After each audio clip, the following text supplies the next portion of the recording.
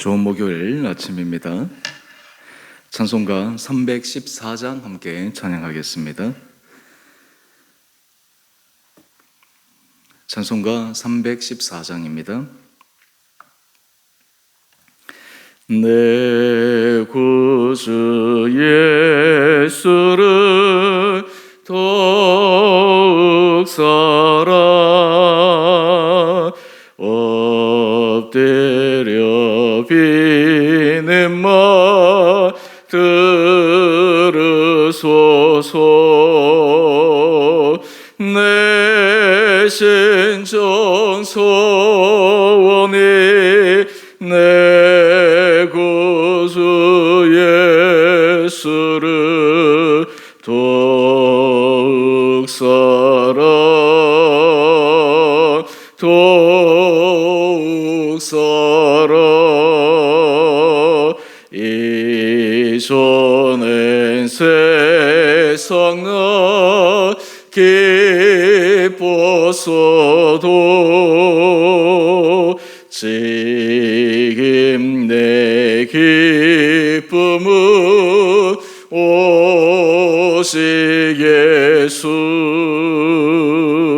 다만 내비는 말 내 구주 예수를 더욱 사랑 더욱 사랑. 이 세상 떠날 때 찬양하고 숨쉴 때 하는 말 이것일세. 다만 내비는 말 내 구주 예수를 더욱 사랑 더욱 사랑.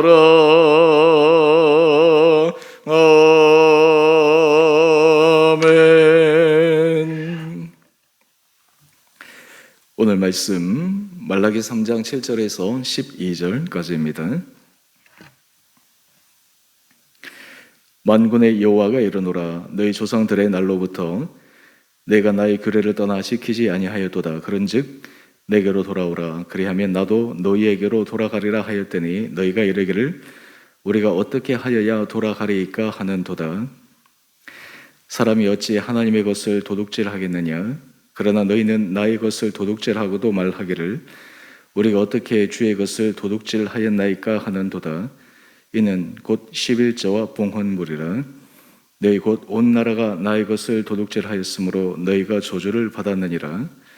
만군의 여호와가 이르노라. 너희의 온전한 11조를 창고에 들여 나의 집에 양식이 있게 하고 그것으로 나를 시험하여 내가 하늘 문을 열고 너희에게 복을 쌓을 곳이 없도록 붙지 아니하나 보라. 만군의 여호와가 이르노라. 내가 너희를 위하여 메뚜기를 금하여 너희 토지 소산을 먹어 없애지 못하게 하며 너희 밭에 포도나무 열매가 기한 전에 떨어지지 않게 하리니 너희 땅이 아름다워심으로 모든 이방인들이 너희를 복되다 하리라. 만군의 여호와의 말이니라.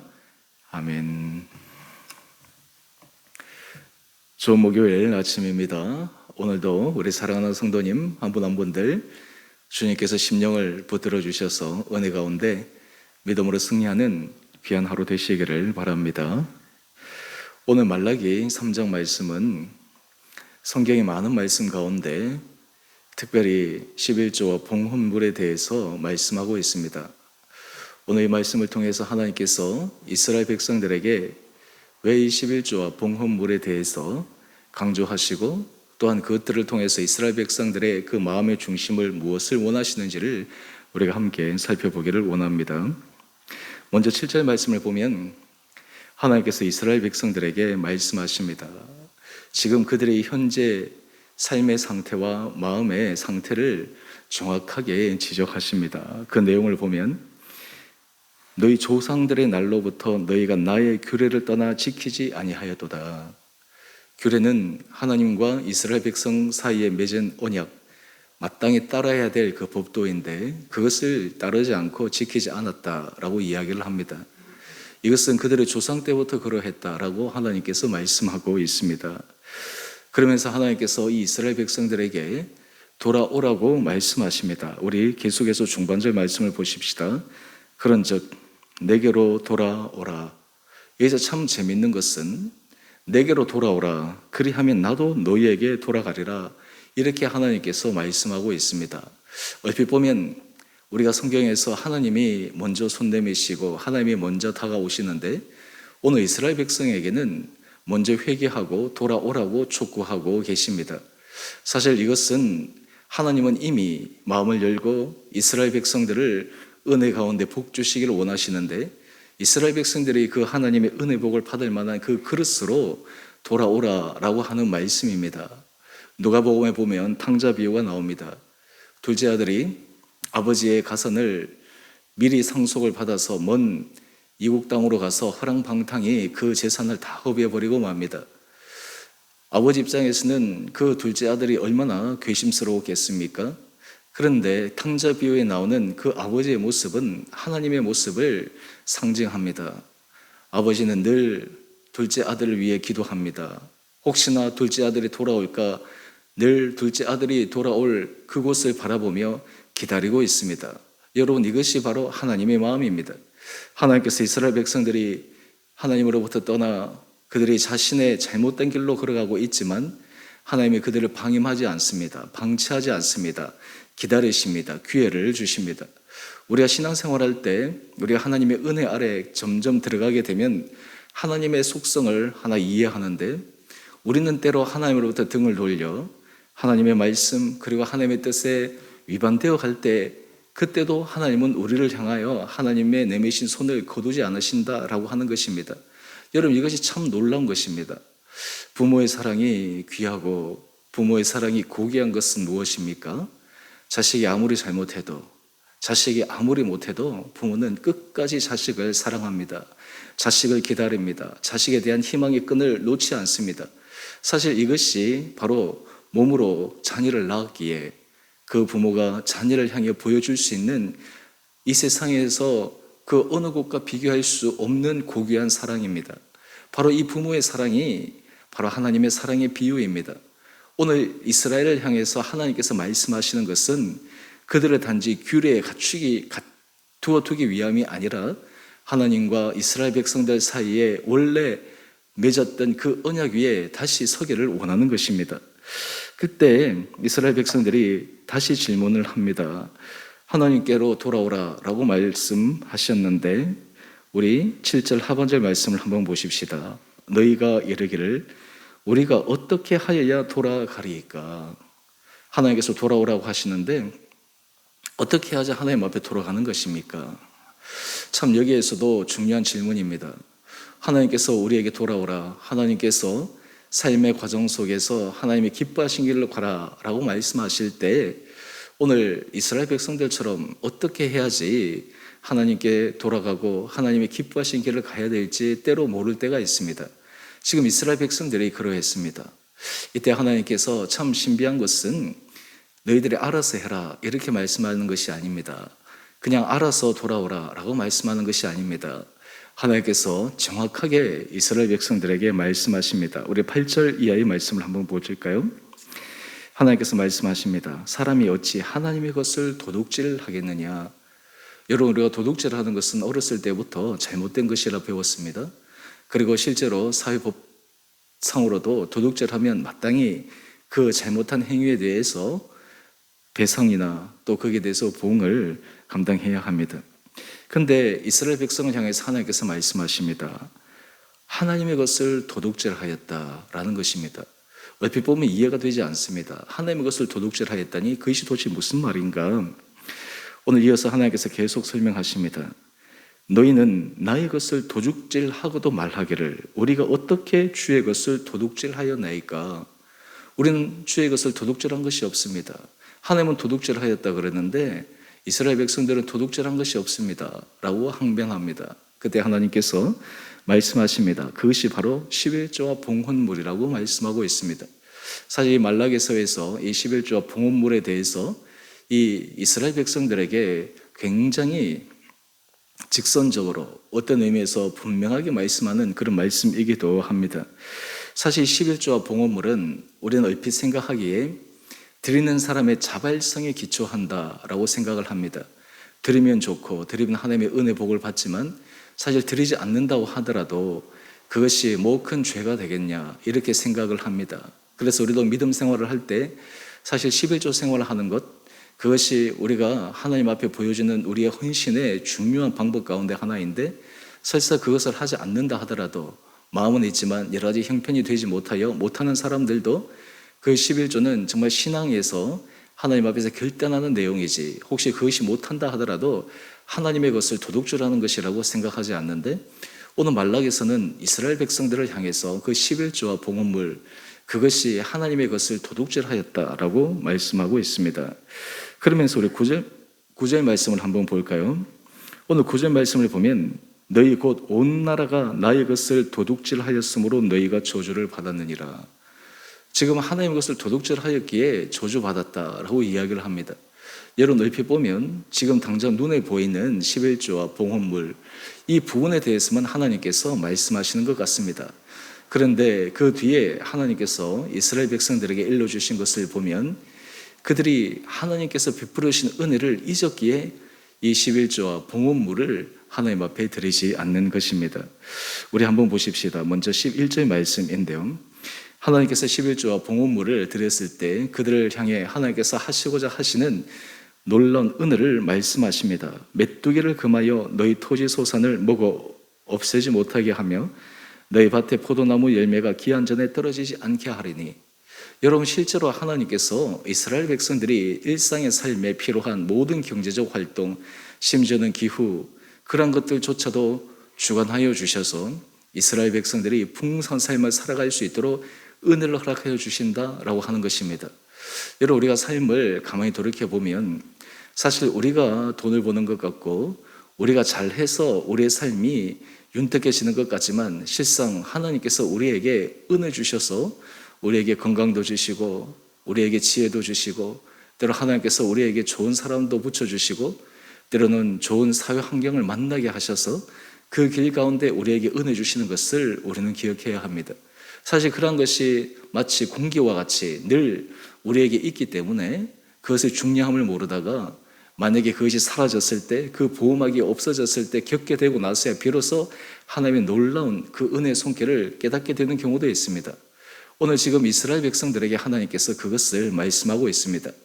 어떤 의미에서 11조와 봉헌물은 어떤 의미에서 드리는 사람 입장에서는 부담이요, 어떤 의미에서 그것이 드리는 것이 뭐 하나님께서 그것을 도둑질하는 것이라고까지 그렇게 강하게 질책하느냐라고 생각할 수 있는데, 하나님은 11조와 봉헌물 그 이면에 하나님께서 그들에게 주시기 원하시는 복에 대해서 말씀하고 있습니다.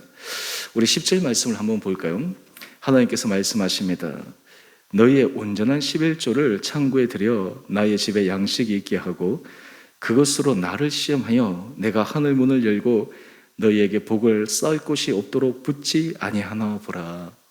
하나님 앞에 온전한 11조를 드렸을 때 하나님께서 그 드리는 사람의 중심을 귀히 보시고 그의 삶 가운데 하늘의 문을 열어서 하늘의 복을 쌓게 하시고 하늘의 복을 누리게 하는 것을 경험하도록 말씀하고 있습니다.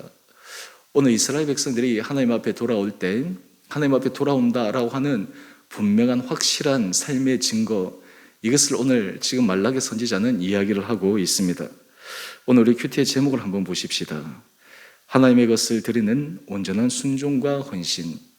여러분 우리의 삶의 자리에 우리는 하나님 앞에서 우리의 실제적인 헌신, 실제적인 하나님 앞에 드리는 그러한 우리의 결단의 모습, 이것을 통해 하나님께서 우리 마음의 중심을 확인하십니다. 우리가 믿음 안에 하나님이 기뻐하시고 하나님의 은혜 가운데서 있는 사람의 공통된 부분을 보게 되면 하나님 앞에 드릴 때 그 마음의 기쁨을 누립니다. 하나님 앞에 헌신할 때 그 마음이 하나님이 주시는 그 충만한 은혜로 가득 차게 되어집니다. 오늘 사실 이것을 강제적으로 어쩔 수 없이 하는 것이 아니라 하나님께서 은혜 가운데 그의 마음에 감동 도하여 주시고 그것을 통해서 하나님의 놀라운 은혜 복을 받아 누릴 수 있는 그런 영적인 신비 은혜에 우리 온 성도들도 동참할 수 있게 되기를 원합니다. 특별히 하나님께서 이러한 모든 것들을 통해서 우리에게, 우리의 삶 가운데, 우리의 후손들에게, 또 우리의 일상의 모든 삶의 터전 가운데 하게 하시는 하나님의 약속의 말씀이 있습니다. 우리 12절 말씀을 한번 볼까요? 12절 말씀을 보면 너희 땅이 아름다워짐으로 모든 이방인들이 너희를 복되다 하리라. 만군의 여호와의 말이니라. 하나님께서 이스라엘 백성들에게 이렇게 말씀하시는 이유는 온 이방인들이 이스라엘 민족을 보고 너희가 복되다, 아브라함에게 약속하신 복의 근원, 복의 민족, 모든 민족에게 복의 통로가 되어지는 그 언약의 약속을 이 이스라엘 민족들이 실제로 삶 가운데 누리기를, 또한 그것을 이루어가기를 원하시는 그 하나님의 간절한 중심의 마음을 오늘 확인해 볼 수가 있습니다. 오늘 바라기는 우리 사랑하는 성도님 한 분 한 분들에게 주님께서 우리를 향하신 그 언약, 우리를 향하신 주님의 약속, 이것을 받아 누릴 수 있는 우리 귀한 한 분 한 분들 되시기를 원합니다. 제가 어제 수요예배 설교 때도 잠깐 말씀을 드렸지만 우리가 아브라함의 복은 단지 이스라엘 민족에게만 국한되는 것이 아닙니다. 예수를 주라 고백하는 자들, 그래서 하나님의 자녀가 된 우리들, 그 사람들 한 사람 한 사람에게 바로 그 아브라함의 복, 이스라엘 민족에게 하나님께서 약속하신 그 모든 복이 함께 이루어지는 언약임을 우리는 기억할 수가 있습니다. 오늘 이 아침 우리가 하나님 앞에, 주님 앞에 자발적이고 때로는 기쁨으로, 때로는 주님 앞에 온전한 결단으로 오늘 큐티의 제목처럼 온전한 순종과 헌신으로 우리의 삶이 가면 갈수록 하나님의 은혜 장중에 아름다워지는 우리 온 복된 성도님 한 분 한 분들 되시기를 주님의 이름으로 축원드립니다.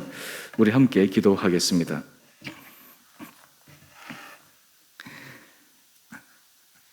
사랑의 주님, 오늘 이스라엘 백성들을 향해 하나님께서 내가 나의 것을 도둑질하였다라고 말씀하시며 그들의 하나님께로 돌아오는 구체적 행동의 모습으로 11조와 봉헌물을 드리라고 말씀하고 있습니다.